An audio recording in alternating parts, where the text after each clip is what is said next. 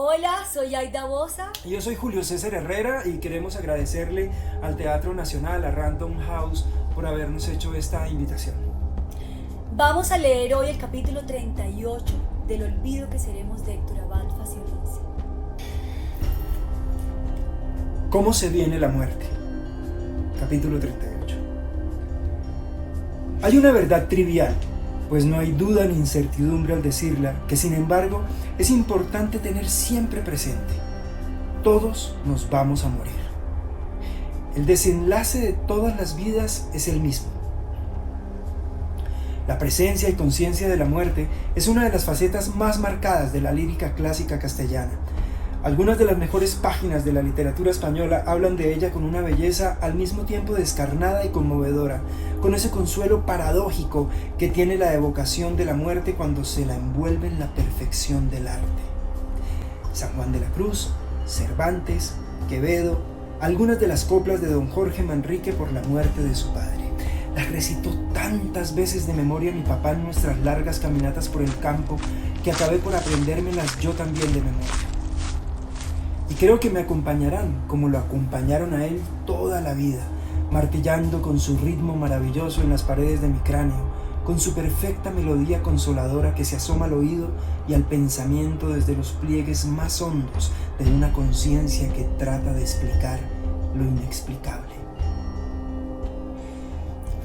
Recuerde el alma dormida, avive el seso y despierte contemplando cómo se pasa la vida, cómo se viene la muerte tan callando, cuán presto se va el placer, cómo después de acordado da dolor, cómo a nuestro parecer cualquiera tiempo pasado fue mejor. Pues si vemos lo presente, como en un punto se es ido y acabado, si juzgamos sabiamente daremos lo no venido por pasado. No se engañe nadie, no, pensando que ha de durar lo que espera, más que duró lo que vio, pues que todo ha de pasar por tal manera. Nuestras vidas son los ríos que van a dar en la mar que es el mundo. Allí van los señoríos derechos hacia acabar y consumir. Allí los ríos caudales, allí los otros medianos y más chicos. Allegados son iguales los que viven por sus manos y los ricos. Sabemos que nos vamos a morir, simplemente por el hecho de que estamos vivos. Sabemos el qué, que nos moriremos, pero no el cuándo, ni el cómo, ni el dónde. Y aunque este desenlace es seguro, ineluctable, cuando esto que siempre pasa le ocurre a otro, nos gusta averiguar el instante y contar con pormenores el cómo, y conocer los detalles del dónde, y conjeturar el porqué. De todas las muertes posibles hay una que aceptamos con bastante resignación: la muerte por vejez, en la propia cama, después de una vida plena, intensa y útil.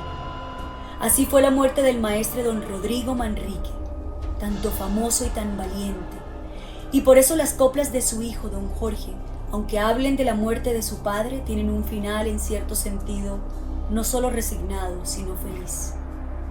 El padre no solo acepta su propia muerte, sino que la recibe con gusto. Así, con tal entender, todos sentidos humanos conservados, cercado de su mujer y de sus hijos y hermanos y criados, dio el alma a quien se la dio, el cual la ponga en el cielo en su gloria. Y aunque la vida perdió, dejó unos harto consuelo su memoria. Ya mayor, conservando los sentidos y rodeado de los seres queridos. Esa es la única muerte que aceptamos con tranquilidad y con el consuelo de la memoria. Casi todas las otras muertes son odiosas, y las más inaceptables y absurdas son la muerte de un niño o de una persona joven, o la muerte causada por la violencia asesina de otro ser humano. Ante estas hay una rebelión de la conciencia y un dolor y una rabia que, al menos en mi caso, no se mitiga. Nunca acepté resignado la muerte de mi hermana, ni nunca podré aceptar con tranquilidad el asesinato de mi padre. Es cierto que él, de alguna manera, estaba ya satisfecho con su vida y preparado para morir, dispuesto a morir si era necesario, pero abominaba esa muerte violenta que evidentemente le estaban preparando. Eso es lo más doloroso y lo más inaceptable. Este libro es el intento de dejar un testimonio de ese dolor, un testimonio al mismo tiempo inútil y necesario. Inútil porque el tiempo no se devuelve ni los hechos se modifican, pero necesario al menos para mí, porque mi vida y mi oficio carecerían de sentido si no escribiera esto que siento que tengo que escribir y que en casi 20 años de intentos no había sido capaz de escribir hasta ahora. El lunes 24 de agosto de 1987, muy temprano, como a las 6:30 de la mañana, llamaron a mi papá de una emisora de radio a decirle que su nombre estaba en una lista de personas amenazadas que había aparecido en Medellín y que en ella se decía que iban a matarlo. Le leyeron el párrafo pertinente. Héctor Abad Gómez, presidente del Comité de Derechos Humanos en Antioquia, médico auxiliador de guerrilleros, falso demócrata, peligroso por simpatía popular para elección de alcaldes en Medellín, idiota útil del PCC-UP. A mi papá lo entrevistaban al aire y él pidió que le leyeran algunos otros nombres de la misma lista. Se los leyeron. Entre ellos estaba el periodista Jorge Schill, el ex canciller Alfredo Vázquez Carrizosa, el columnista Alberto Aguirre, el líder político Jaime Pardo Leal, asesinado algunos meses después, la escritora Patricia Lara, el abogado Eduardo Umaña Luna, el cantante Carlos Vives y muchos otros. Mi papá lo único que dijo fue que se sentía muy honrado de estar en compañía de personas tan buenas y tan importantes y que hacían tantas cosas en beneficio del país. Después de la entrevista por el teléfono interno, le pidió al periodista que le enviara por favor una fotocopia de esa lista en la oficina. Una semana antes, el 14 de agosto, habían matado al senador de izquierda Pedro Luis Valencia, también médico y profesor de la universidad, y mi papá organizó y encabezó el 19 de agosto una marcha por el derecho a la vida, en señal de protesta por su asesinato. Esta gran marcha recorrió en silencio las calles del centro de Medellín y culminó en el Parque de Berrío, donde el único discurso fue pronunciado por mi papá. Muchas personas lo vieron por televisión o lo vieron pasar desde las ventanas de sus oficinas y después nos contaron que pensaban: lo van a matar a él también, lo van a matar. Su penúltimo artículo habla de ese crimen y denuncia a los paramilitares. También estuvo dando una conferencia en la Universidad Pontificia Bolivariana donde acusó al ejército y a funcionarios del Estado de complicidad con los criminales. Ese mismo lunes 24 de agosto al mediodía, llamó a Alberto Aguirre a su casa. Lo había estado buscando toda la mañana sin éxito en la oficina. Y lo convenció de que pidieran una cita con el alcalde, William Jaramillo, para informarse un poco más sobre el origen de las amenazas y tal vez pedir alguna protección. Quedaron de verse el miércoles a las 11 en la oficina de mi papá. En la tarde de ese mismo día se reunió el Comité de Defensa de los Derechos Humanos y ante la gravedad de la situación decidieron redactar un comunicado a la opinión pública denunciando a los escuadrones de la muerte y grupos paramilitares que venía operando en la ciudad y matando personas vinculadas a la universidad. A ese comité asistieron, entre otros, Carlos Gaviria, Leonardo Betancourt y Carlos Gónima.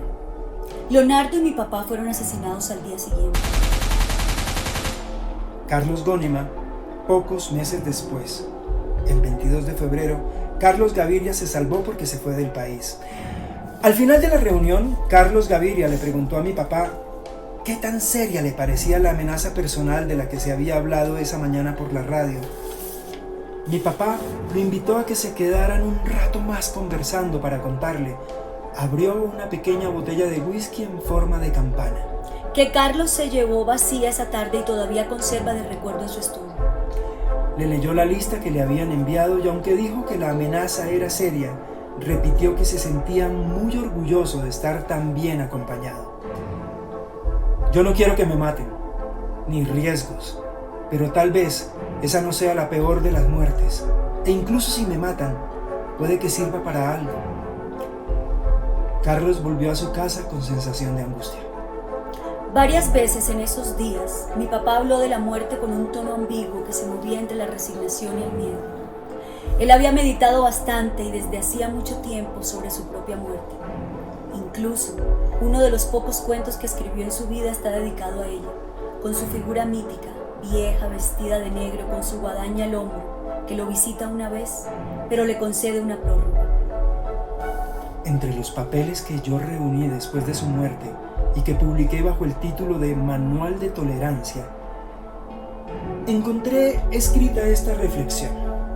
Decía Montaigne que la filosofía era útil porque enseñaba a morir. Para mí, que en este proceso de nacimiento-muerte que llamamos vida, estoy más cercano a la última etapa que a la primera. El tema de la muerte se va haciendo cada vez más simple, más natural, y aún diría que no ya como tema, sino como realidad, más deseable. Y no es porque esté desengañado de nada ni de nadie, tal vez todo lo contrario, porque creo que he vivido plenamente, intensamente, suficientemente. Ya estaba sin duda preparado para morir, pero esto no significa que quisiera que lo mataran. En una entrevista que le habían hecho esa misma semana, le preguntaron sobre la muerte, o mejor dicho, sobre la posibilidad de que lo mataran, y contestó lo siguiente: yo estoy muy satisfecho con mi vida y no le temo a la muerte, pero todavía tengo muchos motivos de alegría. Cuando estoy con mis nietos, cuando cultivo mis rosas o converso con mi esposa. Sí, aunque no le temo a la muerte, tampoco quiero que me maten. Ojalá no me maten. Quiero morir rodeado de mis hijos y mis nietos, tranquilamente. Una muerte violenta debe ser aterradora. No me gustaría nada.